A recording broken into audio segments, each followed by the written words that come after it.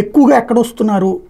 ఆఫ్ఘనిస్తాన్ ఇట్టించోళ్ళు కూడా త్రూ నేపాల్ ద్వారా కానీ బంగ్లాదేశ్ ద్వారా కానీ భారత్లోకి అడుగుపెట్టేసి బెంగాల్ నుంచి గిరిజన ప్రాంతాలను వాళ్ళు ఎంచుకుంటున్నారు. అక్కడ ఎందుకంటే గిరిజనులు పట్టించుకోరు, వాళ్ళ దోన వాళ్ళ పనులు వాళ్ళు ఉంటారు. ఆ రోడ్డు మీదనే వీళ్ళు ముందు గుడారాలు వేసుకుంటారు, ఆ తర్వాత షెడ్ వేసుకుంటారు, ఆ తర్వాత చిన్న బిల్డింగ్ కట్టేసుకుంటారు.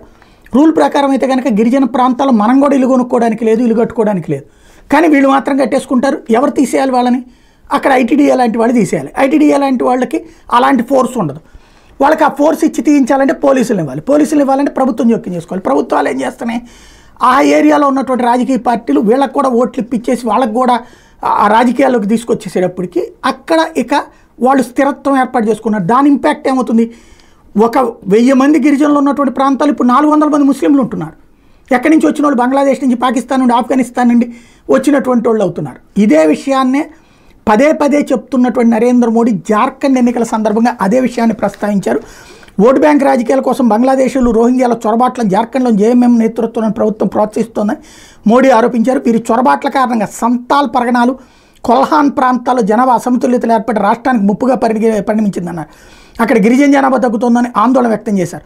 చొరబాటుదారులు పంచాయతీ వ్యవస్థల మీద పెత్తనం సంపాదించి భూములను ఆక్రమిస్తూ రాష్ట్రానికి చెందిన కుమార్తెల మీద అఘాయిత్యాలకు పాల్పడుతున్నారని గుర్తు చేశారు. ఈ నేపథ్యంలో ప్రతి జార్ఖండ్ పౌరుడు అభద్రతా భావంతో ఉన్నారన్నారు మోడీ. జంషెడ్పూర్లోని గోపాల్ మైదాన్లో ఆదివారం బీజేపీ ఏర్పాటు చేసిన పరివర్తన మహార్యాలీలో మోడీ ఈ స్పీచ్ ఇచ్చారు. కానీ జనం పట్టించుకుంటున్నారా?